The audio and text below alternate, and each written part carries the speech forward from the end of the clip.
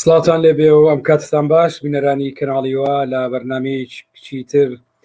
لەگەڵتانین گفتوگۆ لەم بەرنمەیە گفتوگوێکی کراوە لەگەڵ هاوڕێم علی سیاسی دەکەین علی محمود لەبارەی پێگەی چەپ لە هاوکێشە سیاسیەکانی ئەمڕۆی جیهاندا. لە کاتێکە گفتوگۆ لەبارەی بابەتێکی ئاوا دەکەین قسە لەسەر جیهانێک دەکەین کە ڕۆژ لە دوای ڕۆژ سەرمایە و هێز لە دەستی کەمینەیەک زیاتر چڕ دەبێتەوە. جیهانێک ڕۆژ لە دوای ڕۆژ ژینگەی کار و بەرە وێرانیتر و وێرانیتری زیاتر دەڕات. سروشی کارکردن و ژیانکردن ڕۆژانە ڕۆژ لە دوای ڕۆژ بێماناتر دەبێتن و ئێمە دەرگیری دوجار جەماوەرێکیش دەبین کە جۆرێک لە خۆنامەبووین کە تووڕە و یاخیە. تەنانەتەوەی ئێستا لەسەر ئاستی وڵاتانی دنیاوە لە ئەمریکا بینەری ڕەوتگەلێکی سیاسین کە لە ڕاستیدا تووڕەیەکی زۆر لە بەرامبەر کوالێتی ژیانی ڕۆژانە وە کوالێتی کارکردن و پیشەکانی دەرەبڕێ. ڕۆژ لە دوای ڕۆژ ئەوەی پێی دەوترێت دڵنیایی نامێنێت بە ناوی ئاسایشی ئابووری کە زۆرینەی کۆمەلگا لێ بێبەشە. لە هاوکات ئێمە ڕوبەڕووی کێشە گەلێکی تری وەکو پیسبوونی ژینگە ئەوەی پێ دەوترێ ئیکۆسیستەم و هەروەها بەرزبوونەوەی ڕێژەی بێکاری هەڵکشانی ڕاسیزم و هەروەها هەویەی لۆکاڵی لە ناوەخۆدا لەگەر قەیرانەکانی شەڕ و بەردەوامی قەیرانی ئابووری و کە ئێستا سەری کێشاوە بۆ قەیرانی کورتێرانی بودجەی دەوڵەتان. لەم بەرنمەیە گفتوگۆی زیاترەکەین لەبارەی بۆ دابەشبوونی یعنی سیاست لە ئێستای جیهانە لە نێوان بەسەر چەپ و ڕاستدا وە قسە لەسەر پێگەی پارتەنەتەوەیی و ئاینەکان دەکەین لەم دابەشبوونە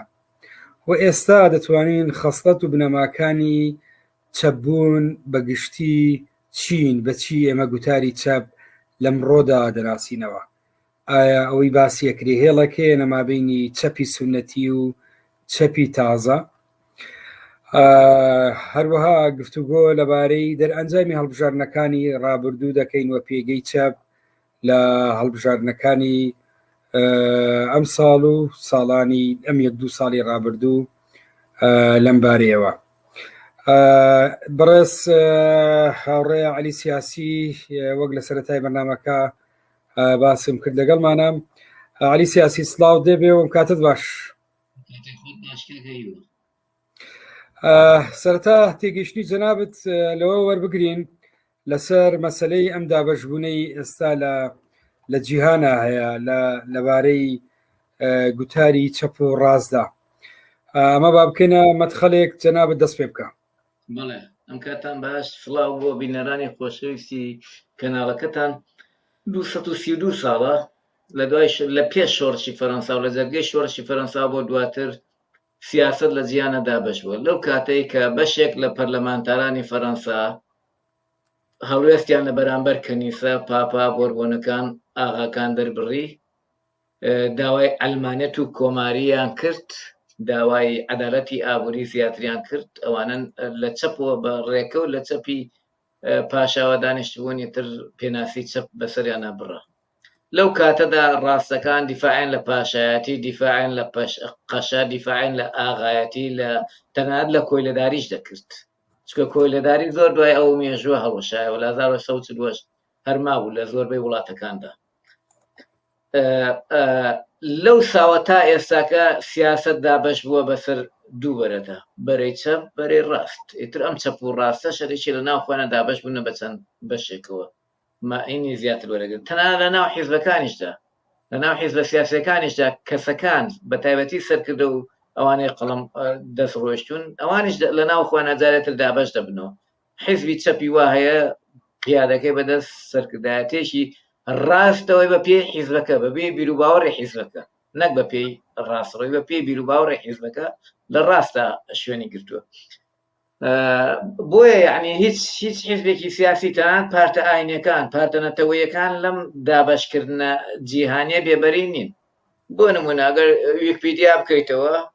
لە بەرامبەر پارتی جاناتای هیندۆسی نووسراوە پارتێکی ڕاستڕەوە، لە بەرامبەر پارتەکەی ئەردۆگان نووسراوە پارتێکی ڕاستی محافزەکار، لە بەرامبەر یەکگرتووی ئیسلامی نووسراوە ڕاست، لە بەرامبەر کۆمەڵی ئیسلامی نووسراوە ڕاست، لە بەرامبەر ئیخوانی مسلمین نووسراوە ڕاست، لیستی فەتحی شیعی بۆ نمونە لە عێراقا لە بەرامبەری نووسراوە ڕاست، یان حیزبە نەتەوەییەکان بە هەمان شێوە. یعنی بۆیە ئەگەر ئەوان خۆیان حیسابی نەکەن لەسەر خۆیان کە ئەمە ڕاستنیان چەپن، بەڵام بە پێوەرێک یەکی ئەچنە چوارچەوەیەکی لەم دووبەرەیەوە. ئیتر وەکو ئاماژەم پێدا ئەمانای تر لەو کاتەوە هەموو حیزبی سیاسی لە ئاسی جیهانیدا دابەشەوە سەر چەپ تەنانەت وەکو گوتم کەسەکانی ناو حیزبەکانیش دەشێت. بڵێ لێرەدا دوو بابەت یعنی لە ڕاستیە دروستە بێ. بابەتێک ئەوەیە کە ئەوەی جەنابە دوتێت هەر بۆ قسەی زیاتر لەم بارەیەوە کە هەندێک جار کە خۆشیان با بڵێن ئەگەر خۆشیان نەوێ ئەمە شوناسیانە وەکو شوناسی فکری سیاسی حزبەکەیان. و بابەتی دووەمەوەی پەیوەندی بەوەیە کە بۆچی بەوان دەوترێت چەپ، بەوان دەوترێت ڕاست بە هێزێکی سیاسی دەوترێت چەپ. ئەمە پرسیارەکە ڕاستیە لێرە ڕامەندەکێشێ بە بابەتی ورتر. من پێم وایە ئەوەی لە کوردستانە ئاوڕعلی سیاسی ینی بابەتێکەیە ئەگەر دیقەت بدەیت لە واقعی ئیجتیماعی تەنانەت ئەندامانی هێزە ڕاستڕەوەکانیش شەرم لەوە دەکەن کە پێیان بوترێ هێزێکی ڕاستڕەو. ئەمە بۆچی دەمانجێڕێتەوە؟ بەڵێ ئێستا لە تورکیا شتا عیب نییە. ئێستا لە حیزبەکەی ئەردۆغان ئاک پارتی نووسراوە حیزبێکی ڕاستی محافزەکات، تەنانەت ئەوانەشی لێ جیابوونەتەوە. ئەو حیزبانەی کە لێیانجە باباجان و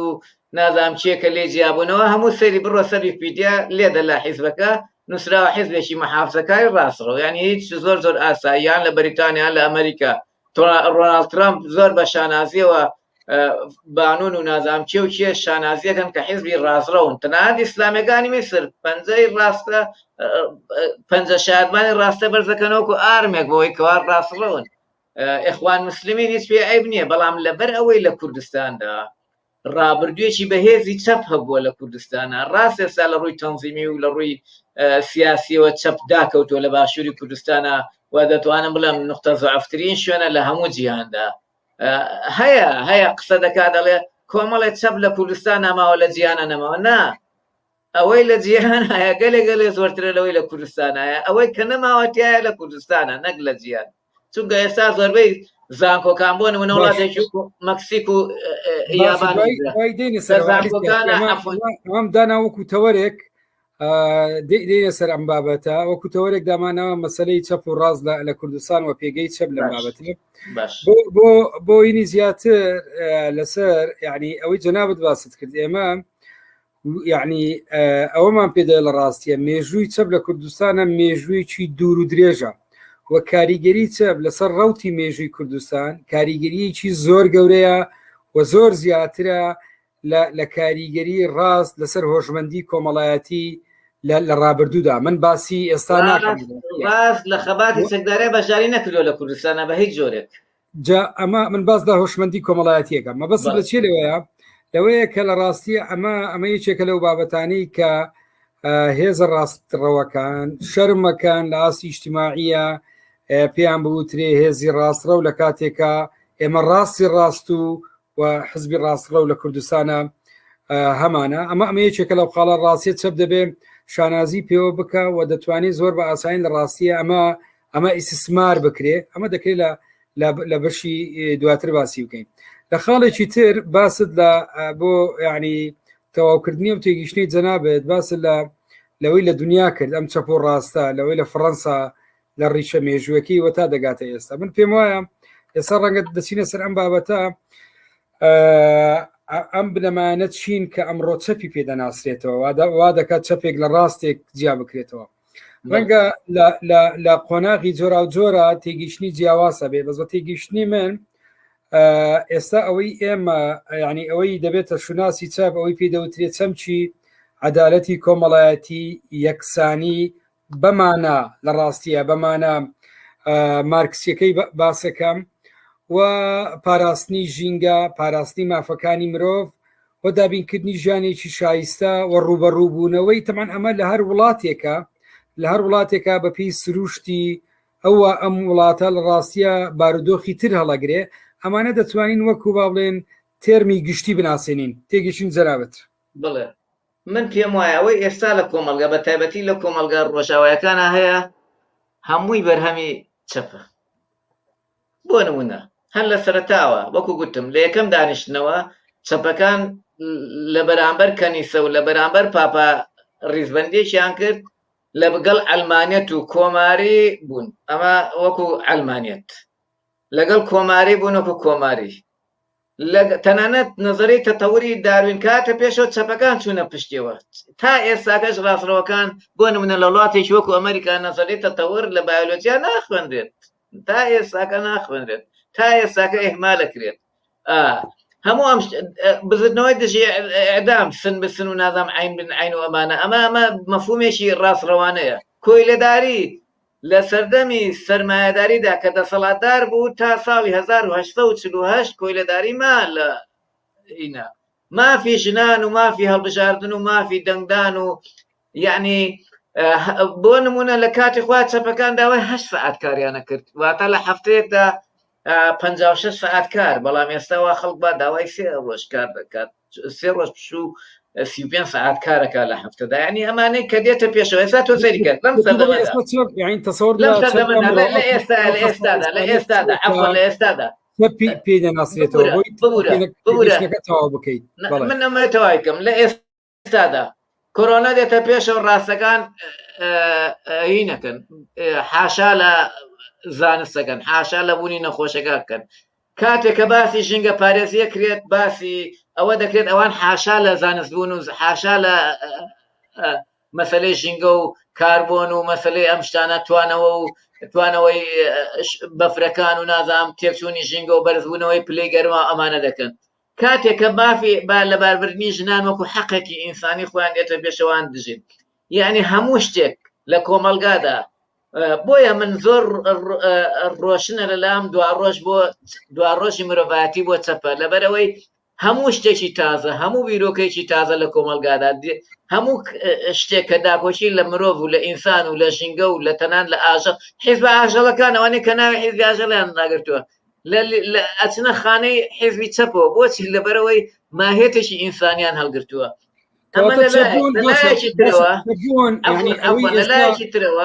ناسنامەی چەپبوون لە سەردەمی مانیفێستە بوو ئەمڕۆ دەمەوێت ئەم گۆڕانکاریانە ئەو گۆڕانکاریانە ببینین کە لە ڕوتی مێژوو بەسەر ڕۆڵ و وەزیفەی چەپەداتوە. من 2000 تێگەیشتنە بەڵام حەزەکەم سەرەتات و مداخلەکەم بکەیت. بەڵێ لە مانیفێستە بۆ نمونە سەردەمی مانیفێستە بەڵێ لە مانیفێستی کۆمۆنیستە تەبعاً مانیفێست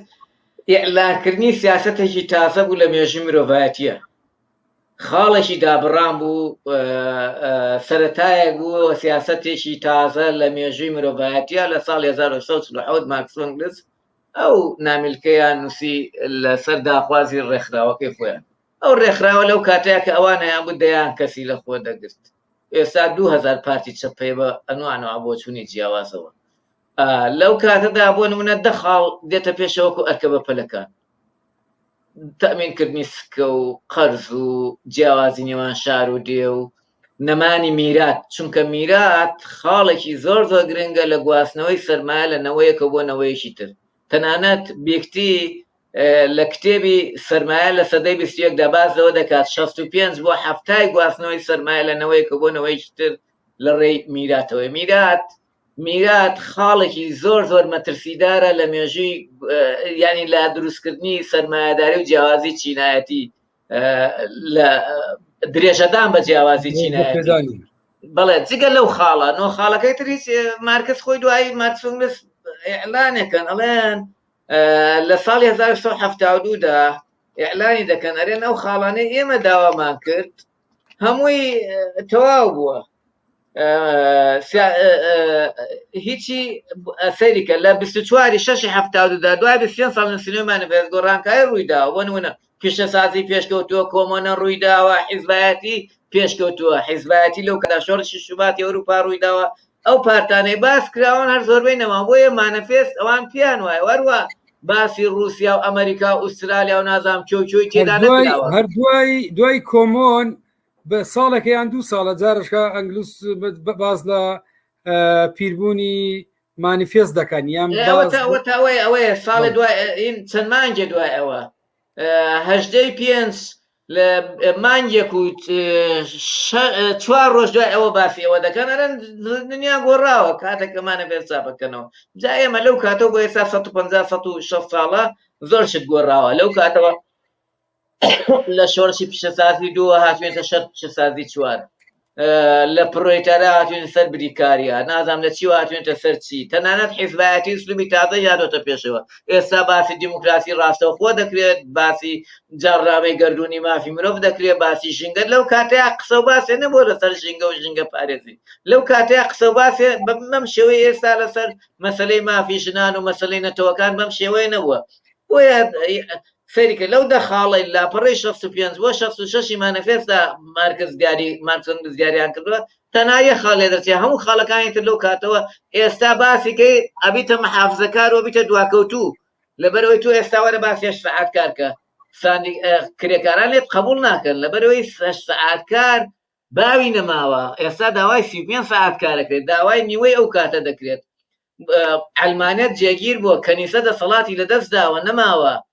زۆر لەو خاڵانە لەو کاتەوە بۆ ئێستا بە کەڵک نایەن ماهێتی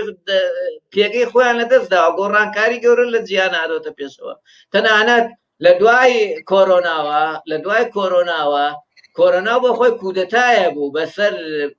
بەسەر زۆر شتە تەنان بەسەر شۆڕشی پیشەسازی و شۆڕشی زیرەکی دەستکرد و هەموو ئەوانەی کرد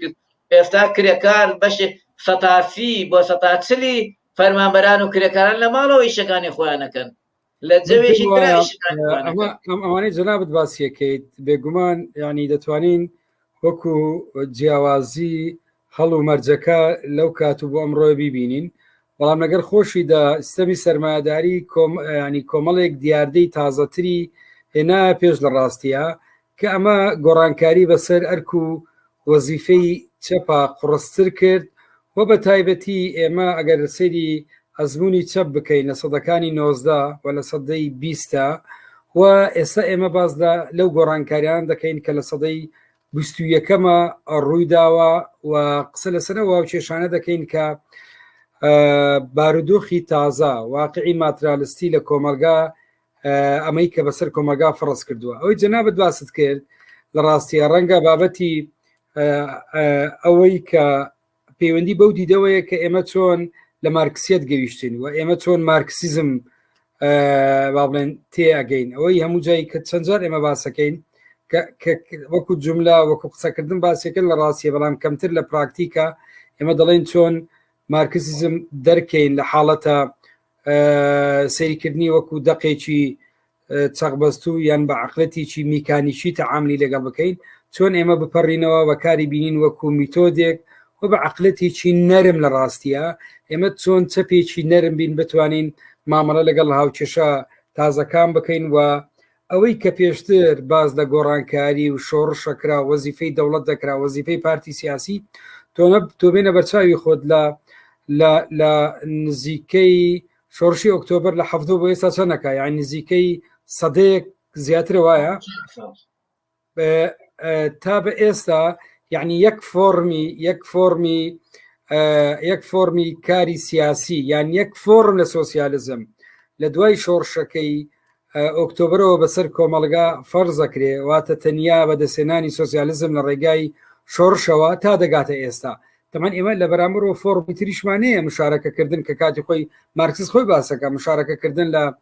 لە پەرلەمان و لە کاری سندیکایی و بەپی ئەم باردۆخانە بەڵام ئێمە یعنی لە ڕاستیە تا بە ئێستا ئەوەی گرفتارەکە لە چێ لە باردۆخی ئەمڕۆ کە چەپ چۆن بتوانێت چەپێک بێ بتوانێت یعنی ئەم باردۆخەی ئێستا بناسێ و لە ڕاستیە بتوانێت چەپ یعنی فکری مارکسیزم ئاوێتە بکە بە باردۆخی وڵاتەکەی خۆی و چۆن متوربەی کە بم باردۆخەوە چۆن بەکاریبینی وەکو میتۆدێک من پێم وایەکێکە لە ئیشکالێتەکان باسن لە کۆرۆنە کرد بابەتی کۆرۆنا خۆت باشە زانی علی سیاسی ینی مەسلەی کۆرۆنا یەکێکە لەو بابەتانەی کە جارێکی تر ئەوەی پێوتین کە سیستەمی سەرمایه‌داری بە تایبەتی بە شێوەی لیبراڵەتی نوێ کورتی هێنا لە ئیدارەکردنی کۆمەلگا و جارێکی تر کۆمەلگای بەشێتی ڕوبەڕووی قەیرانێکی گەورەی تەندروستی کردەوە کە تا ئێستا ئێمەتیاژین کە مەبدەئی بەردەوامی شەبێ. ئەمە یەکێکە لەو بابەتانی لە ڕاستیەوەی پێمان دەڵێ کە فکری سەرمایهداری ناتوانێت لەگەڵ ڕەوتی پێشکەوتنی کۆمەلگا بە بەردەوام ئەوەی باز لە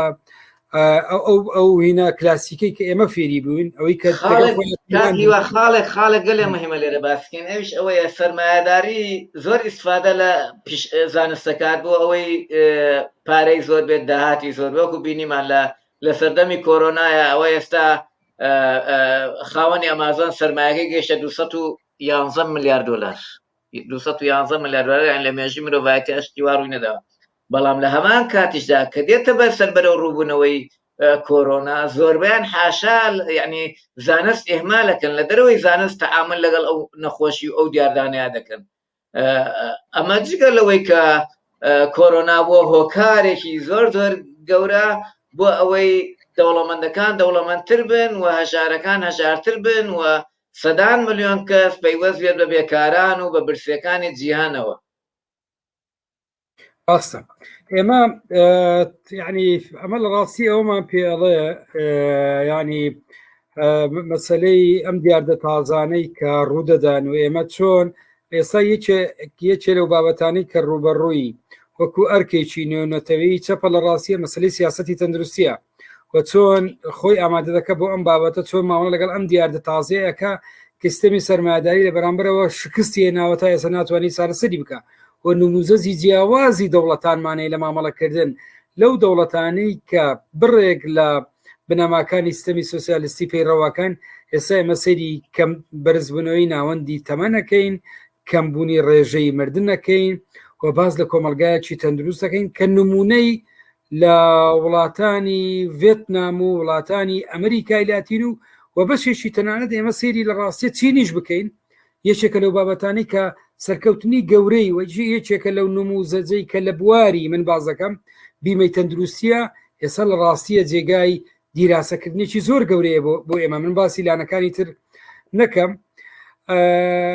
بۆیە من پێم وایە لەوە بارودۆخێکە یعنی بۆ ئێمە چەند گرینگە ئەوەی پێ دەوترێ ئەوەی پێم وایە دەیڤد هارڤێ دەڵێ گرینگە ئێمە ماتریالیستێکی تاریخ نازبین مێژوو نازبین و تاو ئاسە دەڕۆ دەڵێ ئێمە لە ڕاستیە دەبێ ماتریالیستێکی مێژوو ناس و جوگرافیا زانبین بۆ درکردن بەو تایبەتمەندیانەی کە لە کۆمەلگا ڕوودەدا و ئەوەی کاتی خۆی باز لە تایبەتمەندی ینی ئاسیایی کرا. ئێستا ئێمە چۆن مامەڵە لەگەڵ ئەم بابەتانەکەین دەمێ بچمە سەر مەسەلەیەکی تر کە پێم خۆشە قسە باسی لەسەر بکەمە جەناب یەکێک لە تەوەرەکان لە ماوەی کاتیەوە کوردستان هاوڕێ عەلی کۆڕێک کرد لە کەرکووک بۆ بەسترا لەسەر ئەم بابەتە دڵنیام لە ماوەیە ینی باش خۆت بۆ ئەم بابەتە ئامادە کردووە مەسلەی ئەو هەڵبژارنانەی بەم دواییە کرا پێگەی چەپ لەم هەڵبژارنەی چەند مانگەی دوایی لە ئاسی جیانە تۆ زۆر متابعی ئەم داتا و ئەرقامانە ئەکەیت ئەگەر لەم بارەیەوە شتێکمان پێ بڵیت. زۆر ببوورە دەنگم چۆنە تخوا و تەلەفۆنم بۆ هات دەنگەکەمی وین کرد وێران کرد. باش ئێمە دەبیستین هەر دەمێکێک بکەیتەوە دەڵێت چەپ لە دەبڵەوە کوژاوەتەوە بەڵام کاتێ بۆ خۆیان لە یەک وڵاتێکا سەرەکە ئەوەندەی کەنە هەرا وەکو ئەوەی هەموو دنیایان غەزوو کردوێت و جیهانێکی یەکسانیان بۆ مرۆڤەکان دابین کردبێت و خۆشگوزەرانیان هێنابێت و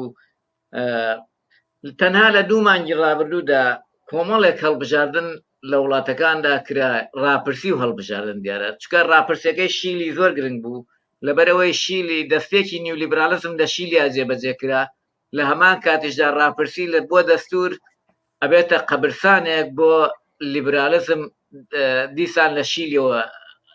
قەبرسانەکە لێەوە بۆی دادەمەزرێت و لەبەرەوەی ئێستاکەوا دەیانەوێت ئەو دەستورە بگۆڕن کە ئەوانەی دیفاع لە دەستورە نیولیبرالیزمەکەی بێنۆشە دەکەن کە لە ساڵی هەشتاوە نووسراوەتەوە کەمتر لە ڕوبعی دەنگەکانیان هێنایەوە بە سەختی دۆڕان و بە توندی دۆڕان و ئەوانەی تر تەواو بردیانەوە هێزە چەپ و دیموکرات خوازەکان. بۆیە من پێم وایە کە ئەو خاڵەگە لێ گرنگە ئایا چەپ لە دەبڵەوە کوژاوەتەوە ئایا چەپ ڕاستە چەپ هێزەکەی هێزی ساڵی 1970 نییە لەو کاتەدا ساندیکای گەورە حیزی مەزن لە ئیتالیا و فەڕەنسا و ئیسپانیا و پورتوغال لەو کاتەدا بزوتنەوەی ڕزگاری خوازی زۆربەی لەژێر تەسیری فکری چەپدا بوون هەر لە تەیموری ڕۆژئاوا بگرێت تاگەیتە کوردستان و فەڵەستین و نازام زۆربەی وڵاتانی ئەفریقیا لەو کاتەدا وڵاتانی بەناو سۆشیالزم زۆر بوو کە ڕەخنەگرتن لێ زەحمەت بوو لەو کاتەدا ئەو بەهایانەی لەو کاتەوان دیفاعل نەکرد لە یەکسانی و دابینکردنی موچە بۆ هەمووان و دایانگا و نازانم خوێندنی بە بەلاش و بیمەی تەندروستی بەلاش و نەخۆشخانەی بەلاش و هاتوچۆی بەلاش و خواردنی بەلاش ئێستا سەرمایه‌داری خستێتە ژێر پرسیار چکە سەرمایه‌داری تەنها ئەو زەربەی نەوەشاند لە سۆڤێت و لە وڵاتانە کە بەرەو ڕوویان بێتەوە بەڵکو زەربەیەکی گەورەتر لە بواری ڕاگەیان و لە بواری بەرامبەر بە سۆشیالزم و بەرامبەر بە یەکسانی و بەرامبەر بەوە یعنی هەموو سۆشیالزمیان بە دیکتاتۆریەت نیشانداوە هیچ شتێکی تری تیان نەبووە لە یەک دوو مانگی ڕابردوودا لە کۆمەڵ انتخابات لە ئەمریکای لاتین و لە وڵاتانی ترا کرا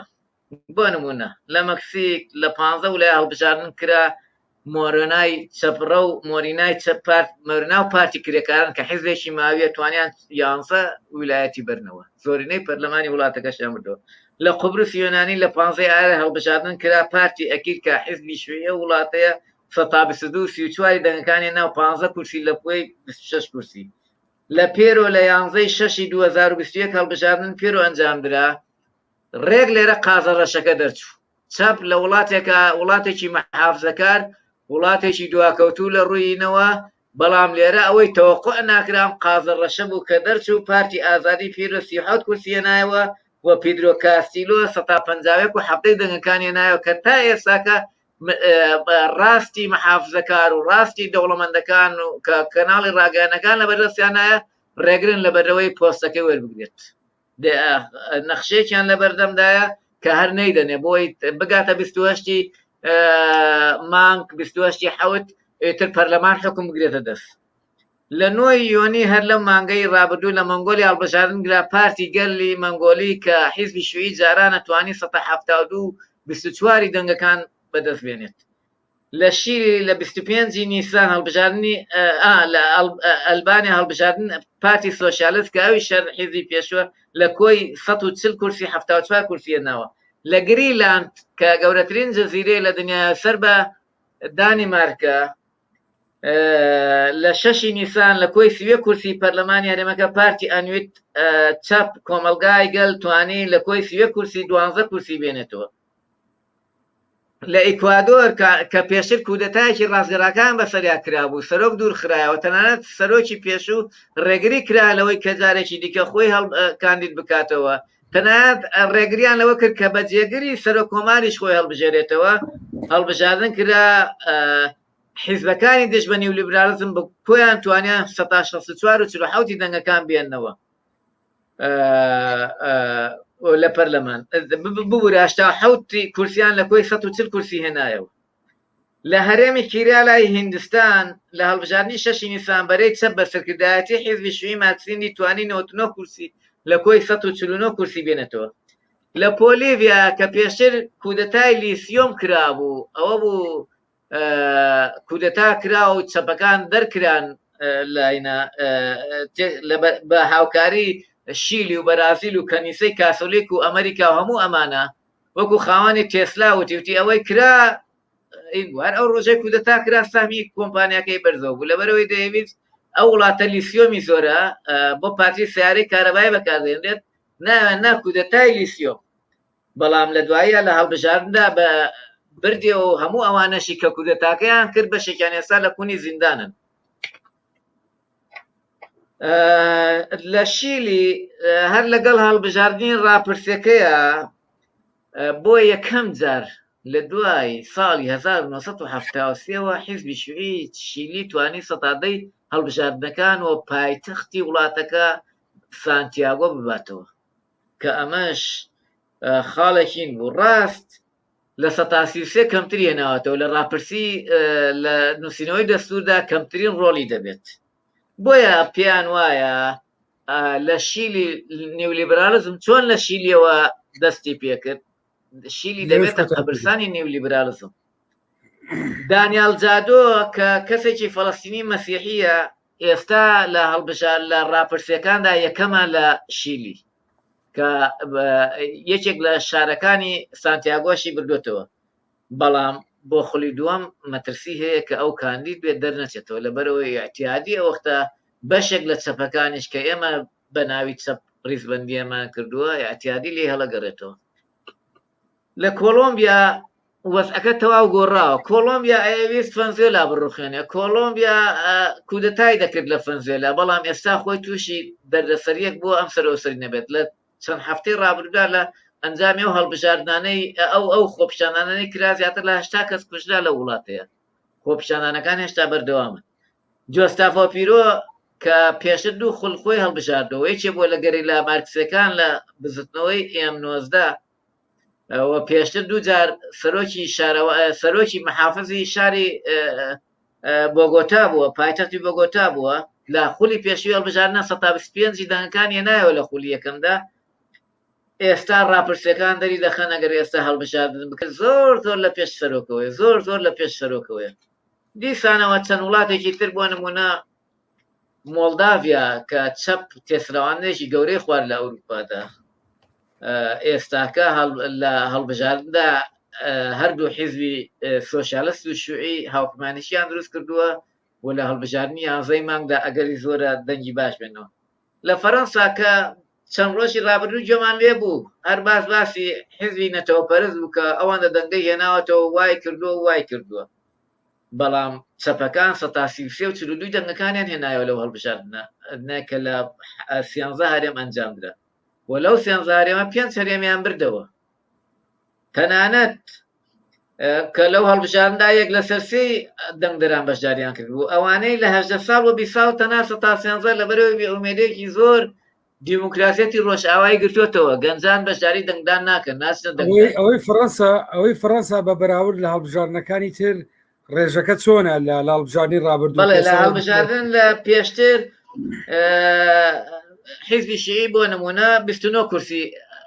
لە پەرلەمانی هەرێمەکان هەبوو ئێستا ئەمجارە 62 کورسی هێنایەوە حیزبەکەی سەرۆکۆمار 85 کورسی هێناوەتەوە یعنی 23 کورسی لە پێش ئەوەیە تەنها حیزبە چەپەکانی تریشەر بە هەمان شێوە بۆیە یعنی ئەمەی کە باز دەکرێت شارە گەورەکانی جیهان تۆکیۆ شارێکی وەکو تۆکیۆ کە زۆر شارێکی گەورەیە حیزبی شیوعی یابانی دووەم لیستە لە شارەکەیە زیاتر لە 120 دەنگەکانی ئەو شارە دێنێتەوە مەکسیکۆ هەر بەدەست چەپەوەیە بە زانکۆکەی و بە شەقامەکەی و بە شارەکەشەوە لەندەن شارەوانی لەندەن نیویۆرک خاڵێکی تر کە پێویستە باس بکرێت داواکاری گشتی لە ئەمریکا بە هەڵبژارد نەکرێت چەپەکان داواکاری گشتی شارەکەیان بردەوە ئێستا بەشێک لە شارەوانی محافظەی شارەکانیشیان بردوێتەوە لەم ڕۆژانەدا هەڵبژاردن دەکرێت تەنانەت لە ناو حیزبی دیموکراتە باڵی چەپەکان کاندیدن بۆ ئەوەی کە ڕاستەکەین جمهوریت کاندیدیشینی هەر دەرەچێت بردوێتەوە بەڵام ماوەی ئەعلام کرێت بۆیە چاپ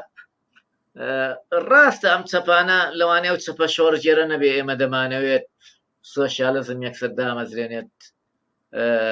و گۆڕانکاری بکات و ئێستا ئەو بارودۆخەی ئەو وەختە نەبێت چکە ئێستا بمانێ نەمانێت گۆڕانکاری یعنی تەنانەت مارکس و ئەنگلیزی شتێکی دیاریکراوە نەبووە سۆشیالزم بەس شیعاریان داوە یعنی بۆ نمونە کاڵێ کۆمۆنەی پاریس نمونەی سۆشیالزمە لە کۆمۆنەی پاریس چی کرا کاکە هیوە لە کۆمۆنەی پاریس 8 سەعات کاری شەوانەی نانەوەکان قەدەغە کرا کاری منداڵان قەدەغە کرا ئەعدام هەڵوەشایەوە هەڵبژاردن کرا تەنانەت ژنان مافی دەنگدانیان نەبوو لە کۆمۆنەی پاریسدا ئەگەر ئەمە سۆشیالزم بێت ئەمەی وڵاتە پێشکەوتن خوازەکان کە خۆیان نا وڵاتی تەقەدومین لە ئەمریکای لاتین مەوجاتێکە ئەویش دوونەوەعن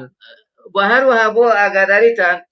هەموو ڕاپرسەکان دەری دەخەن لە هەڵبژاردننی داهاتووی بەرازیلدا کە ئیملاقی ئەمریکای لاتینە باوکی هەر هەمویانە لۆلا 2 بە قەدەریان 3 بە قەدەر سەرۆکی ئێستا دەنگ دێنێتەوە و دەیباتەوە لەبەرەوەی هەموو ئەو موامەراتانەی لێ کرا بۆی لە هەڵبژاردنی ڕابردودا دووریان خستەوە بەوەی کەەوە گەندەڵی کردەوە ئێستا هەمووی لەسەر یەکلا بۆەوە چکە و قازەی کە حکمی ئەویدا دوای هەڵبژێرا بۆ وەزیری دادی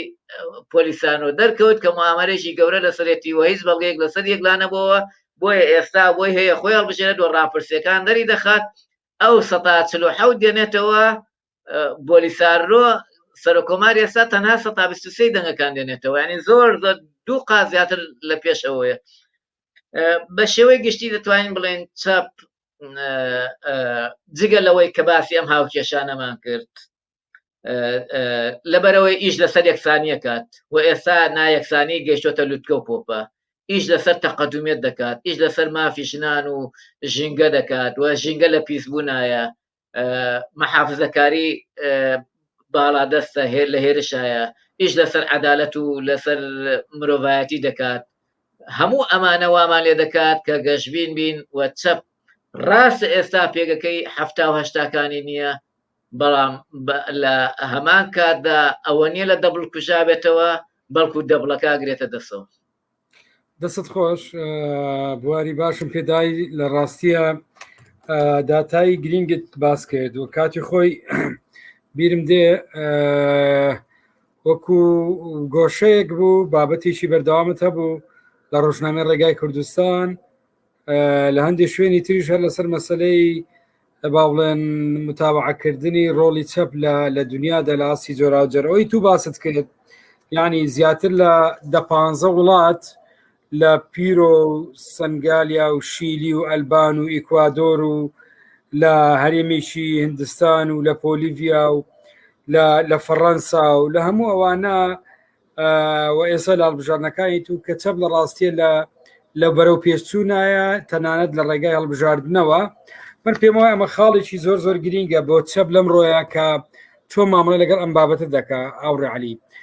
ئەمە لەلایەکە واتە ئەمە لە ئاستی گەشەسەندنی چەپ بەرەو پێشچوونی چەپ لە ڕێگای خەواتی پەرلەمانیەوە بابەتی دووەم ئێمە شتێکمانێ ئەویش پێدەوترێت بزوتنەوەیکی کۆمەڵایەتی گەورە لە ئاستی دنیاە کە ئەمڕۆ ڕۆژانە لە خۆپشاندان و لە ناڕەزایەتی و لە تۆڕە کۆمەڵایەتیەکان چۆن بۆی بڵێ داوای باشکردنی ژیانیەکە داوای عەدالەتی کۆمەڵایەتیەکە داوای باشکردنی ژینگەی کارەکە دژ بە پیسبوونی ژینگەیە داوای مافەکانی ژنەکە ئەم گوتارانە لە ڕاستیە گەر ئێمە سیر بکەین ئەمانە گوتاری چەپن ئەمانە ئەم دروشمانە دروشمی چەپە لە واقعی کۆمەڵایەتی ئایا ئەوە چیمان پێ ئەڵێ یعنی کاریگەری چەپ لە دنیاە نەتەنیا لە ئاستە سیاسەکەیەتی لە ڕاستی وەکۆ باسی کوردستانمان کرد مەسلەی وشیاری کۆمەلگا بۆ مافعابووری و کۆمەڵایەتیەکانی بە تایبەتی بۆ مەسلەی ژنان ئەو بابەتانی کە تۆ باست کرد بێگومان ئەمانە پێستەکان مێژوو ئەمانە چی یعنی ئەمانە ئەمڕۆ نییە ئەمە ڕیشیەکی دوور و درێژی کەڵەکەبوونی تێکۆشانی چەپە لە مێژوودا ئەمڕۆ لەسەر هۆشمەندی مرۆڤایەتی لە ڕاستی ڕەنجی داوەتەوە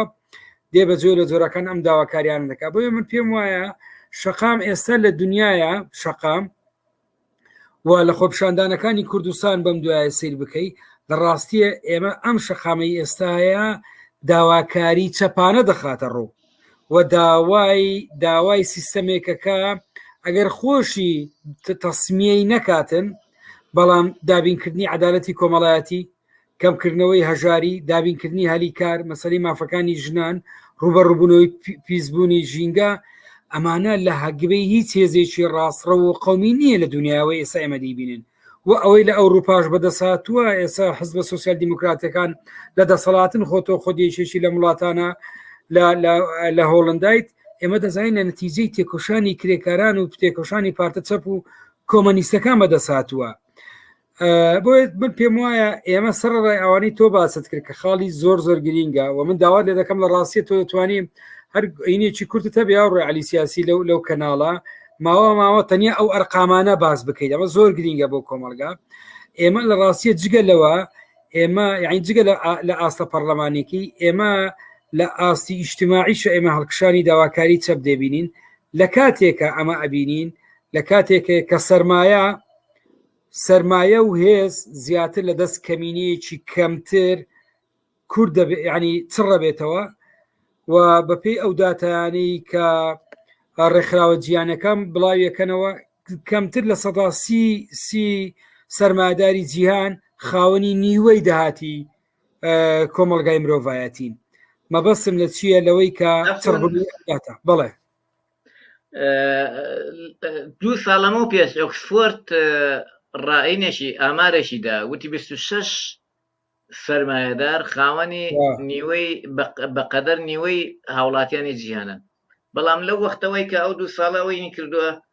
بیزۆس و نازانم خاوەنی تێسلا و خاوەنی مایکرۆسۆفت چەند ملیار دلار چۆتە سەرینەکەیان. ئەو 26 کەسە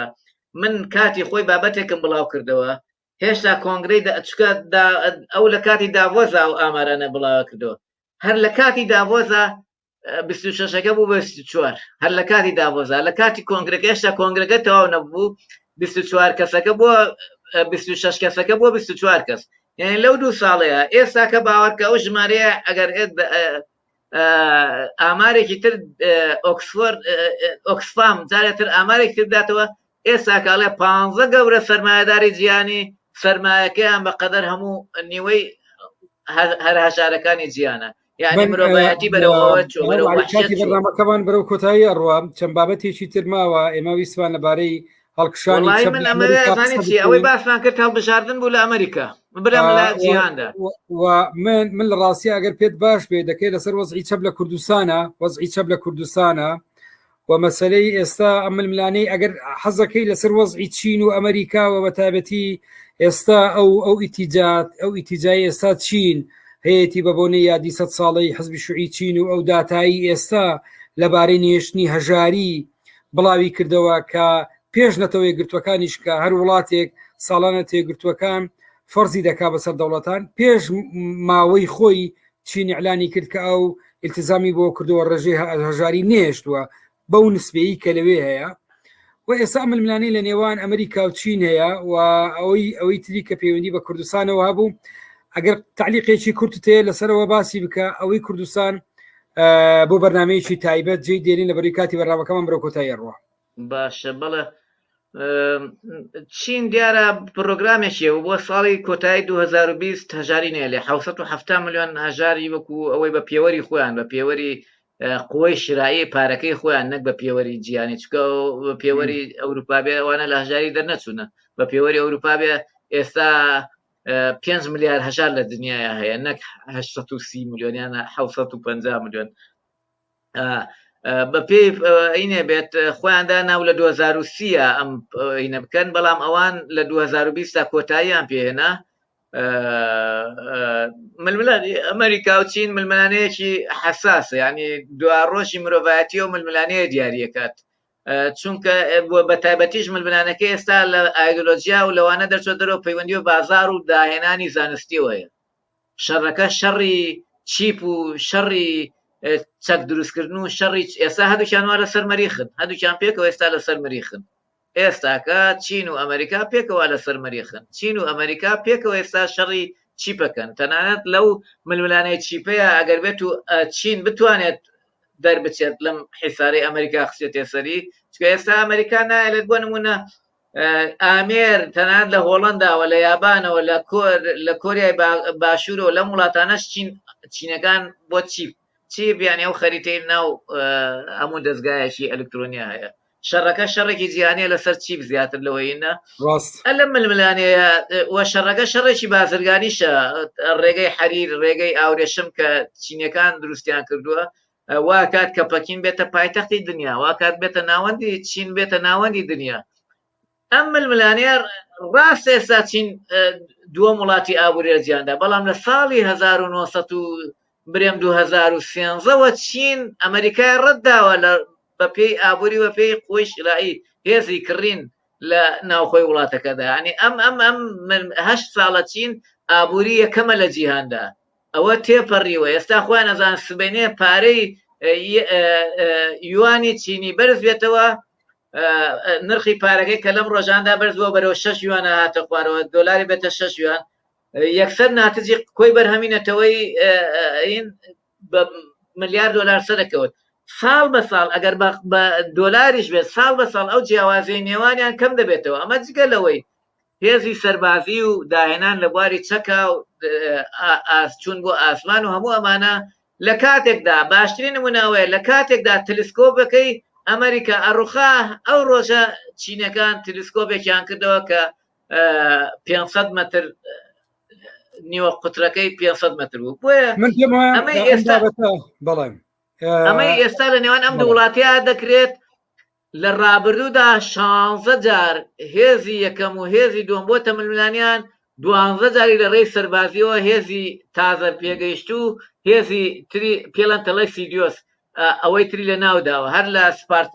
سپارتەکانەوە بگرێت تا گەیتە ئێستاکە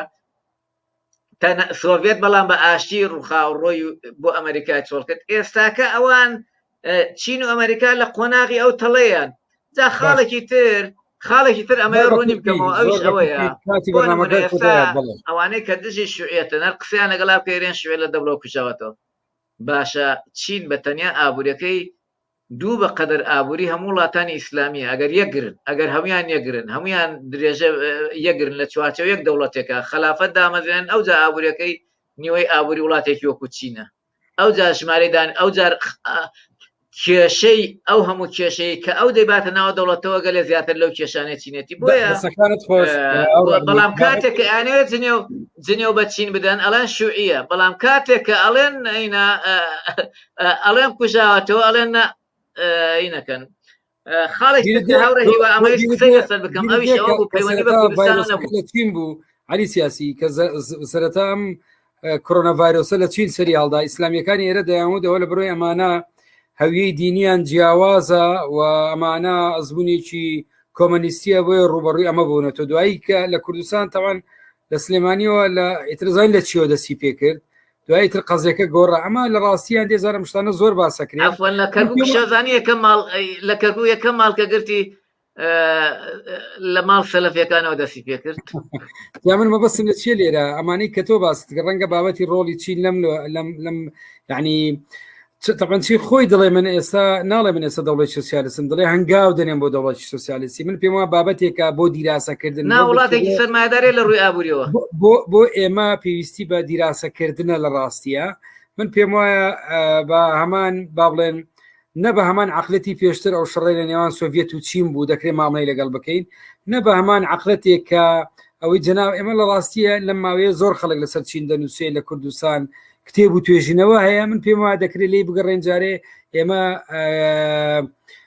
یعنی لە داهاتوە ڕەنگە زۆر شت ڕوون بێتەوە و قابل بە گفتوگۆ و تێگەیشتنیش بێ ئەو داتانەی تۆ باست کرد بە تایبەتی بەشێک لەوانەی کە ئەمە دەکەمە کۆتا مداخەڵی خۆم و با بڵێن کلۆز و ینی کۆتایی بەرنامەکە هاوڕێوا بوو ویستم باسی کەم خاڵێک ئەوش ئەوەیە چەپ لە ئەمریکا چونکە ئەو هەموو هەڵبژاردنە لا دێتە لاوە ئەمریکاوەک ئەڵێ جەمسەری دنیاە یعنی داینەمە ڕئیسەکەی ئەبێ ئێمە ئاگامان لە چەپ لە وڵاتەشدا هەبێت ئەمە ڕاستە من پێم باشە لە ڕاستی بەرنامەیەکی تایبەت بکەنەوە من و شەماڵ هەر بۆ زانیاریت هەموو جای لەسەر بەرنامەکان ئەو ڕعلی کێشەمانەیە من دەڵێم کاتی بەرنامەکان پێویستە ئیلتزامی پێوە بکەین لە 40 دقیقە زیاتر نەبێ ئەوە خەریکە ئەوەی من و تۆش هیم بکەین دوای شەماڵ دەرێ هیوا خۆت ئیلتزام ئاخیر شتین چی بکەم یعنی لەسەر ئەوانەی لە ئەمریکای لاتینە بە تایبەتی بۆ من زۆر زۆر لە ڕاستیە خودی ئەمریکا خودی ئەمریکا چەپ لە ئەمریکا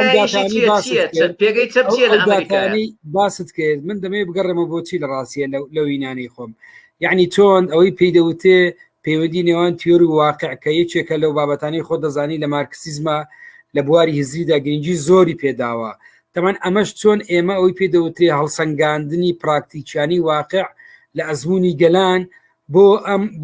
بۆ بنیادنانی ژیانێکی باشتر و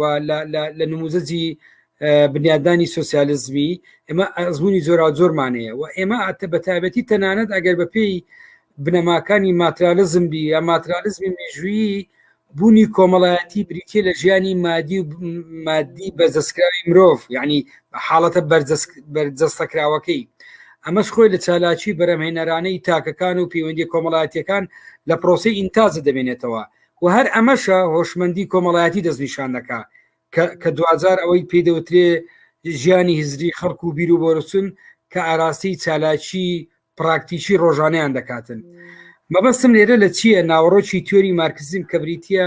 ژیانی ماترالیزمی کۆمەلگا و ئاسی گەشەپێدانی ژیانی کۆمەڵایەتی و سیاسی وێزری. ئەوەی ئێستا لە ئەمریکای لاتین ڕوودەدا و لە هەندێک لەو ئەزمونانەی کە چەپتی یاسەرکەوتووە لە ڕاستیە چەپێکی هاوردە نەبووە و چەپێک بووە لە ڕاستیە توانیویانە متوربەی بکەن لەگەر واقعی ژیانی ئیجتیماعی و سیاسی خۆیان. ئەمڕۆ چەپ دوای دێنە سەر وەزعی کوردستان لە بەرنامەی داهات و بە درێژی باسیەکەین. چەپی ڕۆژهەڵات کۆمەڵێک ئەرچی لەسەر شانە جیاواز لە چەپێکی ڕۆژ ئاوایی لە ناو ڕۆژهەڵاتە، لە ناو شارەکانە، لە ناو وڵاتەکانە کۆمەڵێک ئەرچی تایبەت لەسەر چەپ فەرزەکە جیاواز لە وڵاتێک بۆ وڵاتێکی تر. من پێم وایە ئەمانەش وا دەکا کە چەپ جارێشکە داخلی کۆمەلگا بێتەوە و ڕوبەڕووی ئەم قەیرانانە بێتەوە کە هەیە. بۆ من بەرنمەیەکی زۆر باش بوو هاوڕێ عەلی، من زۆر خۆشحاڵ بم. میوادارم لە بەرنامەکانی داهاتوو شەبەیەکەوە بین. بەرنامەی داهاتوو لەسەر مەسەلەی چەپ لە کوردستانە گفتوگۆ دەکەین لە کاتێکە حزبی شوعی بەرەو کۆنگرە دەڕوا، هەندێک لایانی چاپ باز لەکاری هاوبەشەکان، یعنی دەزان دڵنیا من و تۆش ڕەخنەمان زۆرە لەم بارەیەوە خۆشمان ڕەخنەشمان لەسەر بێگومان بە دەرنین لەوە بە ئەمەش ئەو احترافەش بکەین. سپاس بۆ بینەران کە لەگەڵمان بن کە بێگومان ئەم بەرنمەیە تۆمارکراوە. هیوادارم بە پاڵپشتی لە کەناڵی وە لە خوارەوە سەبسکرایبی کەناڵەکە لە یوتیوب بکەن تا پرۆگرامێکی تر پێتان دەگەینەوە. کاتێکی خۆش بۆ هەموو لایەک، هیوای سەلامەتی.